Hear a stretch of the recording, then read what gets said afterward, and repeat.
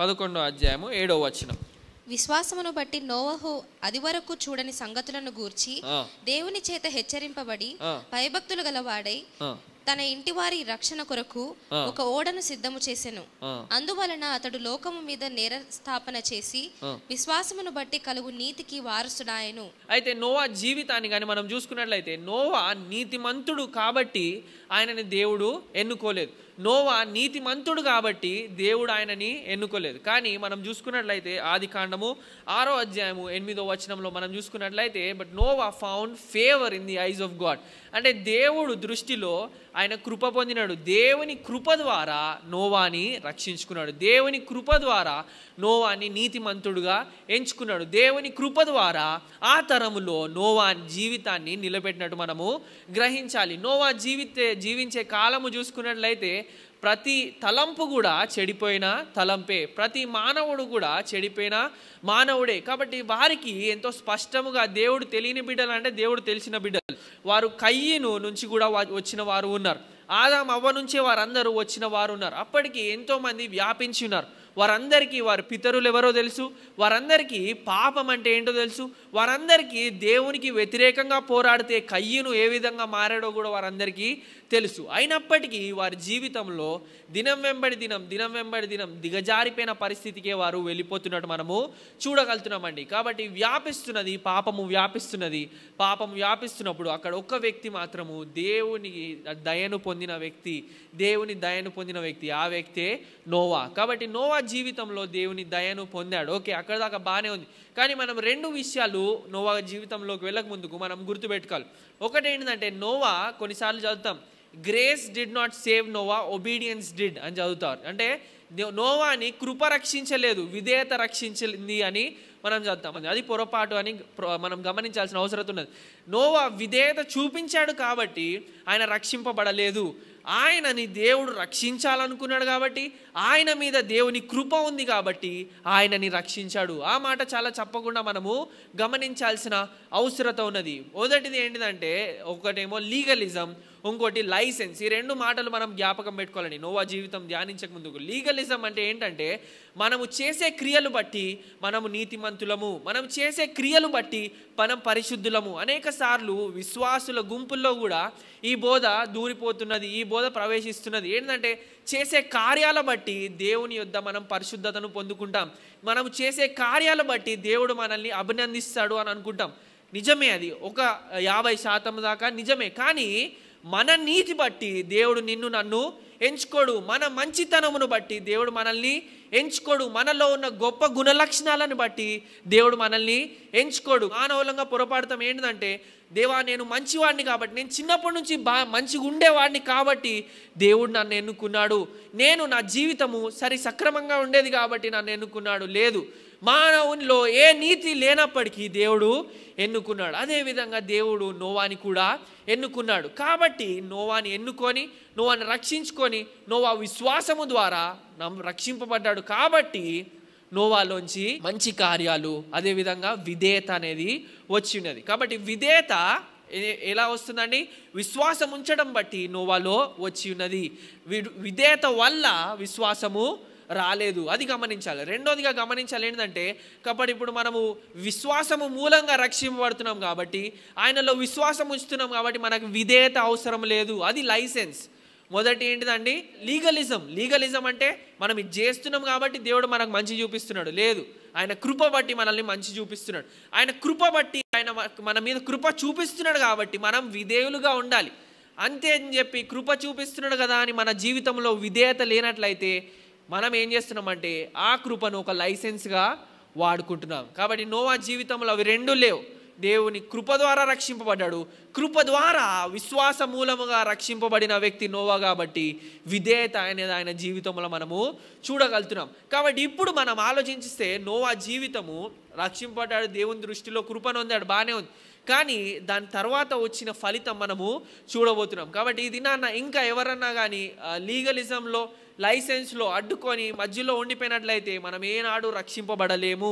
మన రక్షణను మనం ఎలా కొనసాగించాలంటే భయభక్తులతో కొనసాగించాలి. దేవుడు చూపించిన కృప, ఆ కృపతో వచ్చేదే విధేయత అని మనము గమనించాలి. కాబట్టి ఇంకెవరైనా బిడ్డలు యేసుక్రీస్తు ప్రభుని సొంత రక్షకునిగా అంగీకరించిన బిడ్డలు ఉన్నట్లయితే దయచేసి ఆలోచించుకోవాల్సిన అవసరత ఎంతకైనా ఉన్నది. కాబట్టి మనం చూసుకున్నట్లయితే అక్కడ గొప్ప తీర్పు ఏర్పడినది.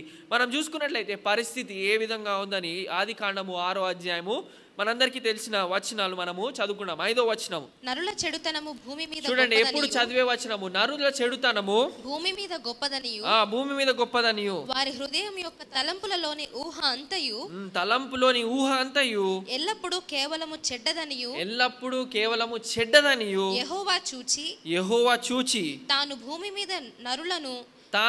మీద నరులను చేసినందుకు యెహోవా సంతాపము నొంది తన హృదయంలో నొచ్చుకొనెను. కాబట్టి అలాంటి పరిస్థితి ఉన్నది కాబట్టి దేవుడు సంతాపము నొందేటట్టు మానవుల జీవితము తయారై ఉన్నది. అందుకనే మళ్ళీ మనం చూడగలుగుతున్నాము. మళ్ళీ మనం చూసుకున్నట్లయితే 13వ వచనం చూసుకున్నట్లయితే 13వ వచనం చదువుకుందాము. దేవుడు నోవాతో అంటున్నాడు, సమస్త శరీరుల మూలముగా భూమి బలాత్కారముతో నిండి ఉన్నది గనుక నా సన్నిధిని వారి అంతము వచ్చి ఉన్నది. ఇదిగో వారిని భూమితో కూడా నాశనము చేయుదును. చూడండి, ఇదిగో వారిని భూమితో కూడా నాశనము, భూమి బలాత్కారముతో నిండి ఉన్నది అని మనము చూడగలుగుతున్నాం. కాబట్టి అంత ఘోరమైన పరిస్థితులు అక్కడ ఉన్నట్టు చూడగలుగుతున్నాం. అలాంటి సమయంలో మనం ఇందాక చదివినట్లు హెబ్రీయులకు రాసిన పత్రిక 11వ అధ్యాయము 7వ వచనంలో చూసుకున్నట్లయితే నోవా ఏ విధంగా ప్రవర్తించాడండి? భయభక్తులతో ఆయన ముందుకు వెళ్ళాడు, భయభక్తులతో ఆయన విధేయతను చూపించాడు. కాబట్టి ఈ పాఠము మనం ఇది నేర్చుకోవాలి. అంత ఘోరమైన సమయంలో నోవా ఒక ఎడారి ప్రాంతంలో ఉన్నాడు. ఏనాడు వర్షం చూసింది లేదు, ఏనాడు వరద చూసింది లేదు. వరదలు ఎప్పుడు వస్తాయి? వర్షం వచ్చినప్పుడే వరదలు వస్తాయి. వరదను చూసింది లేదు, వర్షంని ఆయన చూసింది లేదు. ఎడారిలో ఉన్నాడు, ఎండలు, తీవ్రమైన ఎండలు. ఇప్పుడు దేవుడు ఏమన్నాడంటే, నోవా, మానవుల తలంపు, హృదయంలోని తలంపు కూడా చెడిపోయి ఉన్నది, భూమి అంతా బలాత్కారముతో నిండి ఉన్నది. కాబట్టి ఇప్పుడు ఏం చేయాలంటే, నోవా ఒక ఓడ కట్టేయా, నోవా ఒక ఓడ తయారు చేయి అని చెప్పి ఇంత డీటెయిల్స్ ఇచ్చినాడంటే దేవుడు, ఇప్పటికీ ఆ డీటెయిల్స్ని తీసుకున్నట్లయితే సరి అయిన మంచి ఓడ నిర్మించబడుతుందండి. కాబట్టి ఆ ఓడ ఎందుకు తయారు చేయబడింది అంటే స్పీడ్ వెళ్ళడానికి కాదు, కానీ స్థిరముగా స్టెబిలిటీ కోసము తయారు చేయబడింది. ఆ క్యాలిక్యులేషన్స్ చూసుకున్నట్లయితే అదే క్యాలిక్యులేషన్స్తో ఒక ఓడను కూడా నిర్మించున్నారు.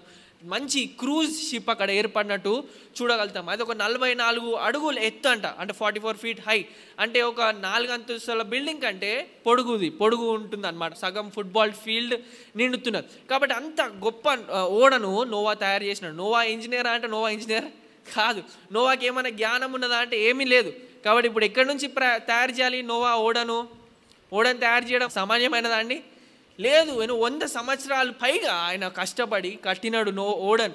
కాబట్టి ఆ ఓడను కట్టాలంటే మొదట ఎక్కడి నుంచి ప్రారంభం అవుతుంది? చెట్లు కొట్టాల. చెట్లు కొట్టి ప్రయాసపడి ఆయన ఏం చేయాలి?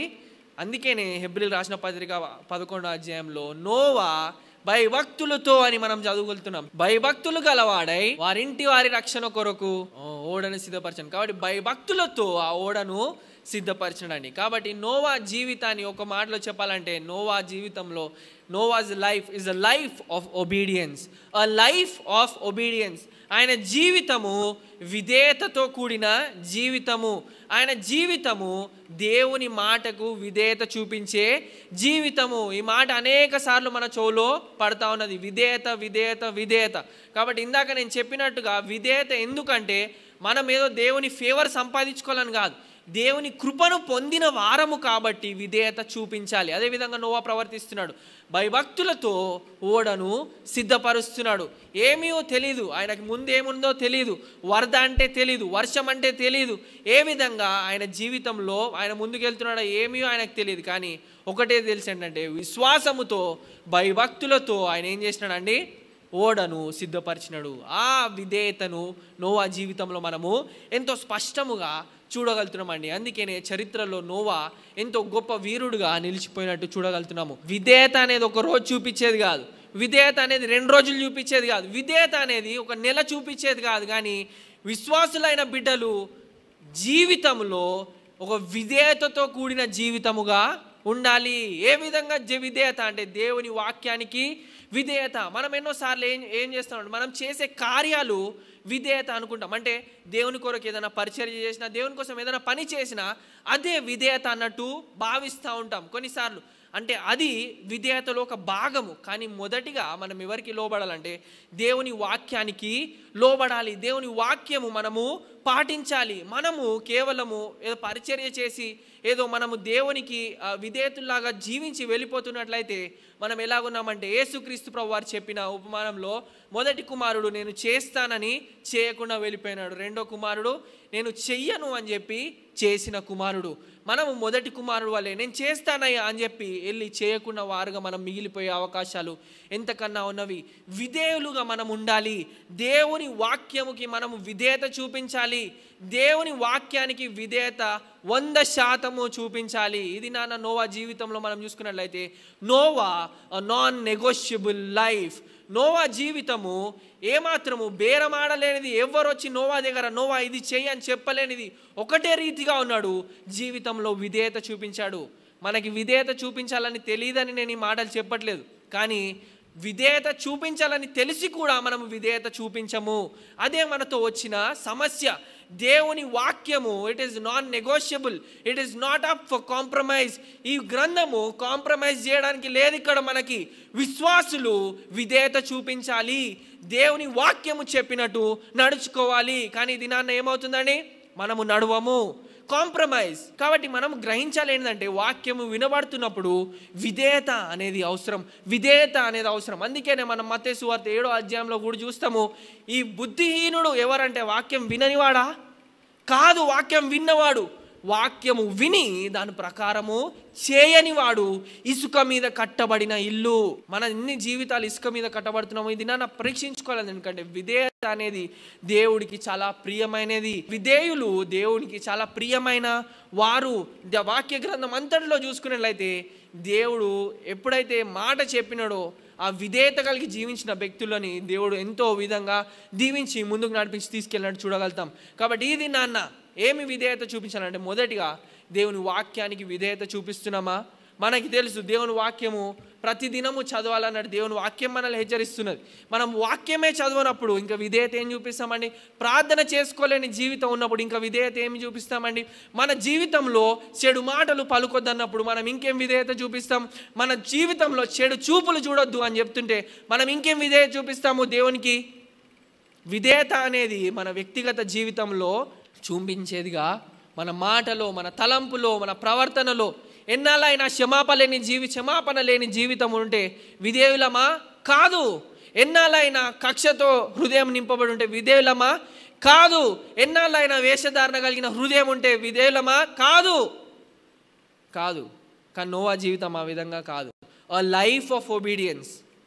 ఒక్కసారి కాదు, జీవితం అంతా విధేయతతో కూడిన జీవితము. ఈ దినము ప్రశ్న ఏమైనదంటే యెహోవా చేసినదంతయు నీవు లోబడ్డావా? విధేయత చూపించావా లేదా ప్రశ్నించుకుందామండి. అదేవిధంగా ఓడను నోవా సిద్ధపరిచినట్టు మనము చూడగలుగుతున్నామండి. నోవా సిద్ధపరిచాడు. ఆ ఓడకి నోవా కేవలం ఏదో దేవుడు చెప్పినాడని ఆ ఓడ సిద్ధపరిచినాడు. ఆ ఓడను సిద్ధపరిచినాడు. కానీ దేవుడు ఆ ఓడను ఒక ఛాయగా వాడుకున్నాడు. ఆ ఓడ ఎంతో ప్రాముఖ్యమై ఉన్నది. ఆ ఓడ చాలా ప్రాముఖ్యత కలిగి ఉన్నది. అందుకే నేను నోవా జీవితాన్ని కూడా నూతన నిబంధన గ్రంథంలో మరలా మనము చదువుతూ ఉంటామండి. కాబట్టి నోవాని ఒక గొప్ప ఛాయ చూపించడానికి, ఆ ఛాయ ఎవరంటే యేసుక్రీస్తు. Jesus is the ark that Noah prepared. అంటే నోవా తయారు చేసింది కాదు, కానీ సాదృశ్యము ఛాయ. పాత నిబంధనలో ఛాయ ఏమైనదంటే నోవా తయారు చేసిన ఓడ యేసుక్రీస్తు ప్రభు వారికి సాదృశ్యముగా ఉన్నది. యేసుక్రీస్తు ప్రభు వారిని సూచిస్తూ నోవా తయారు చేశాడంటే నోవాని వాడుకున్నాడు దేవుడు. అంటే ఎంత గొప్ప మాట, ఎంత గొప్ప విధేయత. ఎందుకు మాటికి చెప్తున్నానంటే మానవులంగా మన బుద్ధి ఎలాంటిదంటే వారం విధేయులుగా ఉంటాం, 2 వారాలు విధేయులుగా ఉంటాం, 3 వారాలు విధేయులుగా ఉంటాం. కానీ జీవితాంతము విధేయులుగా ఉండాలని మన హృదయంలో రాసి పెట్టుకోవాల్సిన అవసరత ఉన్నది. అప్పుడే ఈ జనరేషన్, ఈ తరంలో నోవా వాళ్ళే మనము నిలబడగలుగుతామండి. అంతేకాదు కానీ రెండోదిగా చూసుకున్నట్లయితే 11వ అధ్యాయము మనం అదే 7వ వచనం చదువుకుందాం, ముగించేసుకుందామండి త్వరగా. బట్టి నోవాహు అది వరకు చూడని సంగతులను గూర్చి దేవుని చేత హెచ్చరింపబడి భయభక్తులు గలవాడై తన ఇంటి వారి రక్షణ కొరకు ఒక ఓడను సిద్ధము చేసెను. అందువలన అతడు లోకము మీద నేర స్థాపన చేసి, చూడండి, అందువలన అతడు లోకము మీద నేర స్థాపన చేసి విశ్వాసమును బట్టి కలుగు నీతికి వారసుడాయను. చాలండి. అదే విధంగా 2 పేతురు మనము 2:5 చూసుకున్నట్లయితే, నేను ఇంగ్లీష్ బైబిల్ చదువుతున్నాను. And did not spare the ancient world but saved Noah one of the 8, a preacher of righteousness. అంటే ఆయన నీతిని గురించిన ప్రకటించిన వ్యక్తి. కాబట్టి నోవా జీవితం ద్వారా దేవుడు నోవా జీవితాన్ని ఎలా వాడుకున్నాడంటే, ఆయన విధేయత కలిగి ఆయన ముందుకు వెళ్తున్నాడు. కాబట్టి నోవాస్ life rebukes the world. his life rebuked the world. ఆయన జీవితము లోకాన్ని గద్దిస్తున్నది అని మనము గ్రహించాలి. అదే మనము హెబ్రీయులకు రాసిన పత్రిక 11:7 చూస్తున్నాం. ఆయన నేరస్థాపన అంటే ఈ ప్రజలు నా జీవితం ద్వారా ఆ ఓడ కట్టడం బట్టి ఏం చేస్తున్నాడంటే వీరి మీదకి తీర్పు పలుకుతున్నాడు. కాబట్టి మనము జీవించే తరంలో మన జీవితము లోకానికి వ్యతిరేకంగా ఉంటూ ఆ లోకాన్ని గద్దించేదిగా మనం ఉండాలి. అందుకనే ఇక్కడ చూడగలుగుతున్నాము, he did not save the ancient world. ఆ లోకమునంతటినీ రక్షించలేదు. But 8 people of whom Noah he was a preacher of righteousness. ఆయన నీతిని గూర్చి బోధించిన వ్యక్తి. ఎంతో సంవత్సరాలు, ఎంతో ఆయన సక్సెస్ రేట్ ఏముంది నోవాకి? ఆయన ఎవరైనా రక్షింపబడ్డారా అంటే ఒక్కడు రక్షింపబడలేదు, ఒక్కడు కూడా రక్షింపబడలేదు. కాబట్టి మనము we should not expect the result. మనము పరిచర్య చేసినప్పుడు, మనము సువార్త ప్రకటించినప్పుడు, మనము దేవుని కొరకు నిలబడినప్పుడు, మనము ఎప్పుడైతే దేవుని కొరకు సాక్షులుగా నిలబడతామో మనము ప్రతిఫలము ఎక్స్పెక్ట్ చేసి పని చేయొద్దు. కానీ ఎప్పుడైతే పని చేస్తామో తప్పకుండా ప్రతిఫలము ఉంటున్నది. అది ఆయన మీద తీర్పన్న అవ్వచ్చు, లేకపోతే ఆ వ్యక్తి రక్షణ పొందొచ్చు. క్రైస్తవుల జీవితము ఇతరుల జీవితాన్ని గద్దించేటట్టు ఉండాలి. ఎలా ఉంటుందని మన జీవితము? వారిని గద్దించేటట్టు కాదు, వారిని హత్తుకునేటట్టు ఉంటున్నది. క్రైస్తవులు లోకంలో కలిసిపోయి ఉన్నారు, లోకంలో మునిగేలాడుతున్నారు. కానీ నోవా జీవితం అలా లేదు. నోవా ఓడగడుతున్నాడు, నీళ్ళు లేవు. నోవా ఓడగడుతున్నాడు, అందరూ చక్కరిస్తున్నారు. నోవా నువ్వు ఏం చేస్తున్నావు, అసలు నీ పనేంటి అని ఎగతాళి చేసి ఉన్నట్టు మనం చూడగలుగుతున్నాం. ఆయన బోధిస్తూ వస్తే ఒక్కడు మాట వినలేదు. నోవా వైపు ఒక్కడు తిరగలేడు, దేవుని వైపు ఒక్కరు తిరగలేదు. అంతే, నోవా ప్రకటిస్తూ వెళ్ళిపోయాడు ఆయన జీవితంలో. అందుకనే మనం ప్రారంభంలో వెళ్తాము, ఆయన నీతిమంతుడు, ఆయన యథార్థవంతుడు, ఆయన వాజ్ బ్లేమ్లెస్. ఆ విధంగా ఈ దినాల్లో జీవించాల్సిన అవసరత ఉన్నది. మనము క్రైస్తవులంగా we are not up for negotiation. Compromise అవ్వడానికి మన జీవితాలు లేదు. రాజీ పడిపోవడానికి దేవుడు మనల్ని పిలవట్లేదు. కానీ రాజీ పడని జీవితం మనకి దేవుడు కోరుకుంటున్నాడు. ఈ దినాన్న యేసుక్రీస్తు ప్రభు కొరకు నిల్చోవాల్సిన అవసరత ఎంతకైనా ఉన్నది. మనము లోకంలో కలిసిపోవాల్సిన అవసరత లేదు. మనము వేరు చేయబడిన బిడ్డలము, ప్రత్యేకించబడిన బిడ్డలము. కాబట్టి నోవా వాళ్ళే ఒక్కడు ఉన్నా కానీ, నోవా ఒక్కడే ఉన్నాడు, ఇంకెవరు లేరు ఆయనకు సపోర్ట్. కానీ ఒక్కడైనా కానీ ఆయన నిల్చోగలిగినాడు. మనం ఇంతమంది ఉన్నాము, ఎంతోమంది ప్రజలు చెదిరి ఉన్నారు. దేవుడు అనేకమైన నోవాలని మన తరం నుంచి కోరుకుంటున్నాడు. ఈ తరంలోంచి నోవాలాగా సిద్ధపడాలని కోరుకుంటున్నాడు. కాబట్టి నోవాస్ లైఫ్ రెబ్యూక్ ద వరల్డ్ అని చూడగలుగుతున్నాం. కాబట్టి మన జీవితము ఏ విధంగా ఉందండి? ఏ విధంగా ఉంది? కాబట్టి నోవా జీవితం చూసుకున్నట్లయితే ఎలాంటి సమయంలో ఉన్నాడు? ఆయన తలంపు కూడా చెడిపోయిన సమయంలో ఉన్నాడు. కాబట్టి అలాంటి సమయంలోనే ఆ లోకాన్ని గద్దించేటట్టు నిల్చుకుంటే మనము ఇంకా కొంచెము సమీపిస్తున్నాం నోవా కాలానికి. కాబట్టి ముందే జాగ్రత్త పడి, ముందే వాక్య గ్రంథం ఉంది కాబట్టి లోకాన్ని గద్దించేటట్టు మన ప్రవర్తన, మన బుద్ధి, మన వేషభాషలు, మన నడక, మన మాట సమస్తము లోకాన్ని గద్దించేటట్టు ఉండాల్సిన అవసరత ఉన్నది. ఈ దినాన్న మనం నిర్ణయించుకుందాం, ప్రభువా నా జీవితము లోకాన్ని గద్దించేటట్టు చేయి ప్రభువా. ఈ లోకాన్ని నా జీవితం ద్వారా తీర్పు తీర్చి ప్రభువా. నా జీవితాన్ని వాడుకొని ఈ లోకాన్ని నోవా వాలే ప్రభువా, తీర్పు వస్తున్నది కాబట్టి నిలబెట్టు ప్రభువా అని మన ప్రార్థన ఉండాల్సిన అవసరత ఉన్నది. అనేక సార్లు రాజీ పడడం అనేది మన జీవితంలోకి వచ్చేస్తూ ఉన్నది.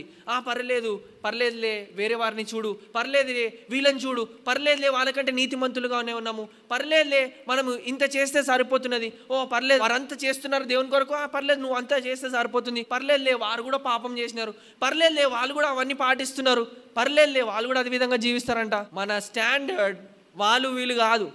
వాళ్ళు వీళ్ళతో పోల్చుకోవడానికి యేసుక్రీస్తు ప్రభు పిల్లలు లేదు. పోల్చుకుంటే యేసుక్రీస్తు ప్రభుతో పోల్చుకుందాం.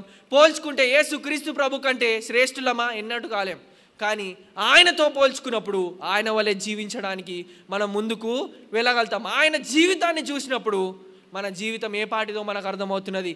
ఆయనని మనం ముందు పెట్టుకున్నప్పుడు విశ్వాసకు కర్త ఆయన కొనసాగించువాడు కాబట్టి ఆయన జీవితాన్ని చూసుకున్నప్పుడు పరిశుద్ధులుగా ఉంటే యేసు క్రీస్తు వలె ఉండాలి. అందుకే నేను let this mind be in you which is also in Christ Jesus. Yesu Kreestu ప్రభులో ఉన్న మనసు మీలో కూడా ఉండుడి. Imitate me as I imitate Christ అని పౌలు గారు చెప్తున్నాడు. నేను క్రీస్తుని పోలి నడుచుకున్నట్లు మీరు నన్ను పోలి నడుచుకోండి, అంటే మీరు క్రీస్తుని పోలి నడుచుకోండి అని చెప్తున్నాడు. అదేవిధంగా క్రీస్తు జీవితాన్ని మన ముందు మాదిరికరంగా పెట్టుకున్నప్పుడు క్రీస్తు జీవితము లోకాన్ని గద్దించేదిగా ఉన్నది. సమస్త లోకములో నిల్చొని నడి రోడ్డు మీద చెప్పిన వ్యక్తి ఒకటే, మీలో ఎవరైనాను నాలో పాపం ఉందని నిరూపించగలరా అని అన్నాడు. అదేవిధంగా 8వ అధ్యాయంలో చూసుకున్నట్లయితే మీలో పాపము లేనివాడు మొదటి రాయి వేయండి అని అన్నాడు. అందరూ వెళ్ళిపోయినారు. వెళ్ళిపోయిన తర్వాత యేసుక్రీస్తు ప్రభువారు నిల్చొని, నేను పాపం లేనివాడిని, నేను కూడా నిన్ను గద్దించను అని పంపించి వేసి ఉన్నాడు. That is a life that rebukes the world. ఇది నాన్న ఏదండి మన స్టాండ్? ఎక్కడున్నాం మనం క్రైస్తవులంగా? అసలు ఆలోచిస్తున్నామా వీటి గురించి? లేకపోతే మన పనులు, మన కష్టాలు, వీటితో మన మనసు నింపేసుకొని ఉన్నామా? నేనేమి అన్యాచురల్గా మాట్లాడలేదండి. మీకేం తెలుసు బాబు, నువ్వు వయసు చిన్నది, నువ్వు బోధించాలి బోధిస్తున్నావు అని చాలామంది అనుకోవచ్చు. కానీ ఈ బోధ నేను చేసే బోధ కాదు, యేసుక్రీస్తు ప్రభువు నేర్పించే బోధ. సిలువ మార్గము సామాన్యమైనది కాదు. నీ సిలువను ఎత్తుకొని నువ్వు నడవాలి. సిలువను ఎత్తుకొని అంటే నిన్ను నువ్వు చంపుకొని నడవాలి, సిలువ వేసుకొని నడవాలి. అందుకనే పౌలు గారు అంటారు, ఈ లోకమును దాని ఆశలను యేసుక్రీస్తు ప్రభుతో సిలువ వేసి ఉన్నాను, ఇక జీవించువాడను నేను కాదు, కానీ యేసుక్రీస్తు ప్రభు నాలో జీవిస్తున్నాడు. అది లోకాన్ని గద్దించే జీవితం అంటే. మన సంఘంలోంచి లేగలుగుతాం అలాంటి వీరులము. లోకము నశించిపోతున్నది, పాపములో మునిగి తేలాడుతున్నది. మనము రక్షించాల్సింది పోయి మనం అదే పాపములో మునిగితే దేవుని నామానికి అవమానము. మన జీవితము లోకాన్ని గద్దించేదిగా ఉండాలి. 3వదిగా చూసుకున్నట్లయితే నోవా జీవితము, his life is a life to remember. ఆయన జీవితము గుర్తించుకోవాల్సిన జీవితము. ఆయన జీవితాన్ని చూసినప్పుడు నోవా తరములో నీతిమంతుడిగా నిలిచిపోయినాడు. 2 వచనాలు చదువుకొని ముగించుకుందామండి. మత్తయి సువార్త 24:37-38. యేసుక్రీస్తు ప్రభువారు స్వయంగా ఆయన నోటితో నోవాని గుర్తు చేస్తున్నాడు. నోవాహు దినములు ఎలాగుండెనో చూడండి. మళ్ళీ మనకి ఎందుకు గుర్తు చేసుకోవాలి నోవా జీవితాన్ని అంటే, ఆయన జీవితం గుర్తింపదగినట్టుగా ఎందుకు ఉండిపోయిందంటే, నోవాహు దినములు ఎలాగుండెనో మనుష్య కుమారుని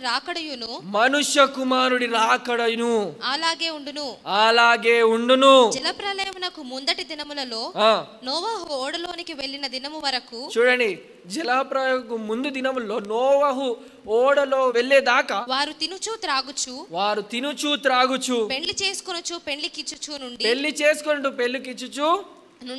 నుండి జలప్రలయము వచ్చి అందరిని కొట్టుకొని పోవు వరకు. జలప్రలయం వచ్చి అందరిని కొట్టుకొని పోయేదాకా ఎరుగకపోయిరి. అలాగే ఎప్పుడు దాకా తెలియదంటే, నోవా చెప్తూ పోయినాడు. వర్షం స్టార్ట్ అయ్యేదాకా ఎవరికి స్పర్శ లేదు. వర్షం స్టార్ట్ అయిన తర్వాత కూడా చాలా బాగానే ఉన్నారు. ఒక్కసారి వరదలో కొట్టుకుపోయిన తర్వాత అప్పుడు వారికి తెలుస్తున్నారు. అదేవిధంగా లూకా సువార్తలో కూడా ఒక వచనం చదువుకొని ముగించుకుందాం. 17:27. నోవాహు ఓడలోనికి వెళ్ళిన దినం వరకు. చూడండి, నోవా ఓడలో వెళ్ళే దినం వరకు జనులు తినుచు త్రాగుచు. జనుల మనసు చూడండి, మీరు చాలా జాగ్రత్తగా చూడండి. నోవా దినములను ఇప్పుడు దినాలను పోల్చుకోండి. జనులు తినుచు త్రాగుచు పెండ్లాడుచు పెళ్లికియబడుచుడు ఉండిరి. అంతలో జలప్రలయము వచ్చి వారినందరినీ నాశనము చేసెను. Life to remember. నోవా జీవితము గుర్తించుకోవాల్సిన జీవితం, లేకపోతే గుర్తింపదగిన జీవితము. అంటే ఒక లెగసీని ఆయన వదిలేసి వెళ్ళినట్టు చూడగలుగుతున్నాం. ఎందుకు అంటే నోవా పిచ్చోడ్లాగానే కనిపించినాడు. అందుకనే ఎప్పుడన్నా కానీ ఎగతాళికి గురవుతారు. ఎవరంటే యేసుక్రీస్తు ప్రభు కొరకు నిల్చునే బిడ్డలు. అందుకనే పౌలు గారు కూడా we are counted as fools for the cause of Christ. క్రీస్తు కొరకు వెర్రివారముగా మేము ఆనబడుచున్నాం. ఎందుకు వెర్రివారం అంటే, వేరే వారికి అర్థం కాదు. వీళ్ళేంటి ఇట్లా చేస్తున్నారు, వీళ్ళు మనకంటే వ్యతిరేకంగా జీవిస్తున్నారేంటి, వీళ్ళేంటి ఇంత వింతగా చేస్తున్నారు, అందరు ఒకలాగా ఉంటే వీరొకలాగా ఉన్నారేంటి. నోవా అట్లనే అనిపించినాడు. ఈ నోవా ఏమన్నా మతిస్థిమితం లేదా నోవాకి? ఓడెందుకు కడుతున్నాడు, మనల్ని ఎందుకు బలవంతం చేస్తున్నాడు లోపల రావడానికి అని ఎగతాళి చేసి నవ్విన వారు ఉన్నారు. వర్షం పడేదాకా నవ్వుతున్నారు. వర్షం పడిన తర్వాత నవ్వు ఆగిపోయింది. జలప్రలయంలో కొట్టుకొని నాశనం అయిపోయారు. ఈ దినాన్న నోవా జీవితం ఎందుకు గుర్తు చేసుకోవాలంటే, పేతురు భక్తుడు అంటుంటారు, నోవా కాలములో ఈ భూమి ఏ విధంగా నాశనమైనదో మళ్ళీ ఈ భూమికి నాశనము సమీపముగా ఉన్నది. ఈ భూమి నాశనానికి సమీపముగా వెళుతున్నది. నాశనానికి సమీపముగా వెళుతూ ఈసారి వరద ద్వారా కాదు, అగ్ని ద్వారా కాల్చివేయబడుతున్నది. అగ్ని ద్వారా భూమి తీర్పు తీర్చబడుతున్నది. ఓడ సిద్ధమేనా? ఓడ సిద్ధముగా ఉన్నది. ఆ ఓడ రాసేటప్పుడు ఓడ గురించి ఒక కవరింగ్ చేయు అని నోవాకు చెప్తున్నాడండి. ఆ కవరింగ్ అనే మాట మళ్ళీ ఎక్కడ వాడబడిందంటే పిచ్ అన్న మాట వాడబడింది. అలాంటి కవరింగ్ ఎక్కడ వాడబడిందంటే మళ్ళీ మనం చూడగలుగుతాము, కవరింగ్ ఫర్ సిన్స్ అంటే అటోన్మెంట్, అంటే పాపాలు కప్పివేయబడుటకు రాయబడినది. ఓడ సిద్ధమే. పాపాలు కప్పివేయుటకు యేసుక్రీస్తు ప్రభు ఈ లోకానికి వచ్చాడు. విశ్వాసం ఉంచిన ప్రతి బిడ్డ పాపాలని కప్పివేస్తాడు. పాపం ఎరుగని ఆయన పాపముగా మారను, మనము దేవుని నీతి అగునట్లు. మనము ఆయనలో నమ్మినందుకు మనకు ఆయన నీతితో మనల్ని ఆయన కప్పివేస్తా ఉన్నాడు. ఆయన వస్త్రాన్ని మనకు దయచేస్తా ఉన్నాడు. అంతేకాదు కానీ యేసుక్రీస్తు ప్రభువారు అన్న మాటే, ఐ యామ్ ద డోర్, నేనే ద్వారమును. నోవా ద్వారము కూడా తెరిచి ఉన్నది, ఎవరు ప్రవేశించలేదు, మూసివేయబడింది దేవుని ద్వారా. ఒక దినాన ఈ ద్వారము మూసివేయబడుతున్నది. యేసుక్రీస్తు ప్రభులో విశ్వాసం ఉంచాలన్నా విశ్వాసం ఉంచలేవు. యేసుక్రీస్తు ప్రభు కొరకు జీవించాలన్నా జీవించలేవు. యేసుక్రీస్తు ప్రభు నామని ప్రకటించమన్నా ప్రకటించలేవు. ఎందుకు? ఈ దినాన్ని ఎందుకు చేయగలుగుతున్నామంటే పరిశుద్ధాత్మ దేవుడు మన పక్షాన ఉన్నాడు. పరిశుద్ధాత్మ దేవుడు మన హృదయంలో ఉండి పాపము చేయకు, పరిశుద్ధాత్మ దేవుడు మన హృదయంలో ఉండి అయ్యా ఇది చెయ్యకు అని బతిమిలాడుతున్నాడు. ఆయన దుఃఖిస్తూ ఉన్నాడు. ఆయన మన వేదనల్లో, ఆయన మన బాధలలో మనలో నివసిస్తున్నాడు. కానీ పరిశుద్ధాత్మ దేవుడు ఒక దినాన తీసివేయబడతాడు. ఈ భూలోకం నుంచి పరిశుద్ధాత్మ దేవుడు తీసివేయబడతాడు. అప్పుడు పశ్చాత్తాప పడాలన్నా పడలేము. దినము రాబోతున్నది, తీర్పు రాబోతున్నది, అగ్ని ద్వారా భూమి నాశనం అవ్వబోతున్నది. ఓడలో ప్రవేశించిన బిడ్డలే సురక్షితముగా ఉంటారు. ఆ ఓడ యేసు క్రీస్తు ప్రభువారే. ఆ ఓడలో ప్రవేశించామా? ఆ ఓడ కడుతున్నామా? సిద్ధపడుతున్నామా? విధేయత కలుగున్నామా? కళ్ళు మూసుకొని ప్రార్థన చేసుకుందాం. పరిశుద్ధమైన దేవాదయగల తండ్రి, ఈ మాటలు మాకు వినిపింపజేసినందుకు వందనాలు చెల్లిస్తున్నాం. నా జీవితంలో ప్రభా ఈ గుణ లక్షణాలు దయచేయమని నేను వేడుకుంటున్నాను. సంపూర్ణమైన విధేయతని ప్రభా ఇవ్వండి. నోవా వంటి జీవితాలు, నోవా వంటి ప్రభా మనుషులను, వ్యక్తులను ఈ తరంలో మా సంఘం నుంచి ఇంకా ప్రభా నీ కొరకు నీ సంఘంలోంచి లేపి నిలబెట్టి ప్రభా నీ కొరకు సాక్షులుగా వాడుకొని ముందుకు నడిపించి తీసుకెళ్తారని నమ్మచ్చు. యేసు నామమున అడుగుచున్నాం తండ్రి, ఆమేన్.